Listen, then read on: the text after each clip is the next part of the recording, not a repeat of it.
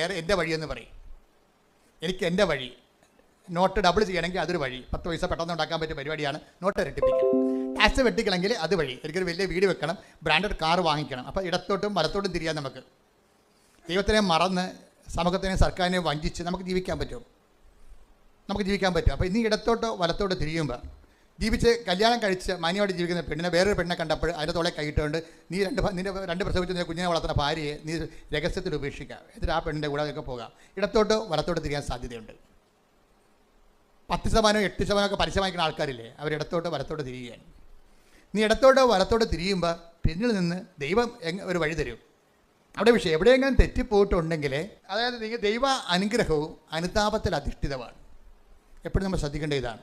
ദൈവ അനുഗ്രഹം, പ്രത്യേകിച്ച് ഉടമ്പടിയുടെ അനുഗ്രഹങ്ങൾ അനുതാപത്തിൽ അധിഷ്ഠിതമാണ്. അപ്പം നിങ്ങൾക്ക് ഫസ്റ്റ് ഇൻസ്റ്റാൾമെൻറ്റ് തരുന്നതിന് ദൈവത്തിന് യാതൊരു ബുദ്ധിമുട്ടുമില്ല. കാരണം നീ ദൈവത്തിൻ്റെ മകളാണ്. കയ്യിരിപ്പ് മോശമാണെങ്കിലും ദൈവത്തിൻ്റെ മകളാണ്, ദൈവത്തിൻ്റെ മകനാണ്. അതുകൊണ്ട് നീ ഒരു ചെളി പൂണ്ട് ചാകാൻ പോകുകയാണെന്നുണ്ടെങ്കിൽ നിന്നെ പിടിച്ചു കയറ്റുന്നതിൽ ദൈവത്തിന് യാതൊരു ബുദ്ധിമുട്ടുമില്ല. പിന്നെയും ചാടി ചെളയെ വീണ് കഴിഞ്ഞാൽ പിന്നെ നിന്റെ സ്ഥിരം കലാപരിപാടി കഴിഞ്ഞാൽ ദൈവത്തിന് അതിൻ്റെ അകത്ത് പങ്കാളിത്തമില്ല. അതെപ്പോഴും മനസ്സിലാക്കണം. അതുകൊണ്ട് ഈ അനുതാപം എന്ന് പറയുന്നതിൻ്റെ വിഷയം മനസ്താപരണമാണ് അഡ്രസ്സ് ചെയ്യണം. മേലിൽ പാപം ചെയ്യുകയില്ലെന്നും അതാണ് വിഷയം. ആ ടൈപ്പ് സാധനം വീണ്ടും എടുക്കരുത്. ഇതുകൊണ്ടാണ് നമ്മൾ പറയണത് പാപങ്ങളിൽ ചെന്ന് ചാടരുത്. നമ്മൾ അറിഞ്ഞുകൊണ്ട് നമ്മളെ സംബന്ധിച്ചിടത്തോളം തിരിച്ച് കർത്താവിൻ്റെ ഭവനത്തിലെത്താം. ഇപ്പം നീ പ്രസവിക്കുന്ന കുഞ്ഞുങ്ങളെ ജ്ഞാനസ്ഥാനപ്പെടുത്താൻ നീ ബാധ്യസ്ഥയാണ്. എന്താ കാര്യം? നീ അങ്ങേപ്പക്കൽ നിന്ന് വന്നു, നിനക്ക് ദൈവം തന്ന കുഞ്ഞുങ്ങളെ രക്ഷയിൽ വളർത്താൻ പറ്റണം. അതിന് വളർത്താൻ പറ്റാതെ ഒരുത്തനെ കണ്ടപ്പോൾ നിനക്ക് മനസ്സിൽ പൂതി തോന്നി അവൻ്റെ കൂടെ ചാടി ഓടിപ്പോയി കഴിഞ്ഞാൽ പിന്നെ മിസ്റ്റേക്ക് ആവും. അതുകൊണ്ട് ആണ് എപ്പോഴും നമ്മൾ ശ്രദ്ധിക്കേണ്ടത്.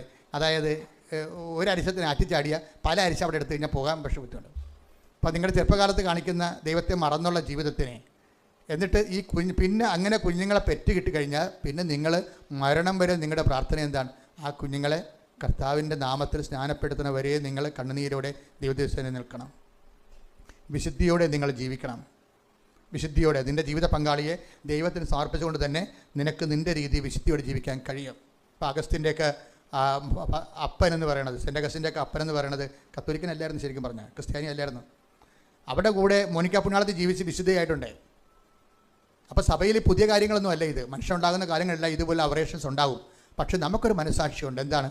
തിരിച്ച് പിതാവിൻ്റെ അടുത്തേക്ക് എത്തണം. നമ്മൾ ജനിപ്പിക്കുന്ന കുഞ്ഞ് കർത്താവിനെ അറിയണം. അങ്ങനെയാണ് അഗസ്റ്റിൻ എല്ലാ മോശകരമായ ജീവിതത്തിൽ നിന്ന് തിരിച്ചു വന്നിട്ട് കർത്താവിനെ അറിഞ്ഞ് ആ മനുഷ്യനെ അവസാനം വിശ്വാസം സ്വീകരിച്ച് വൈദികനായി, മെത്രാനായി, വിശുദ്ധനായി, പണ്ഡിതനായി. അപ്പോൾ ഒന്നും അസാധ്യമല്ല.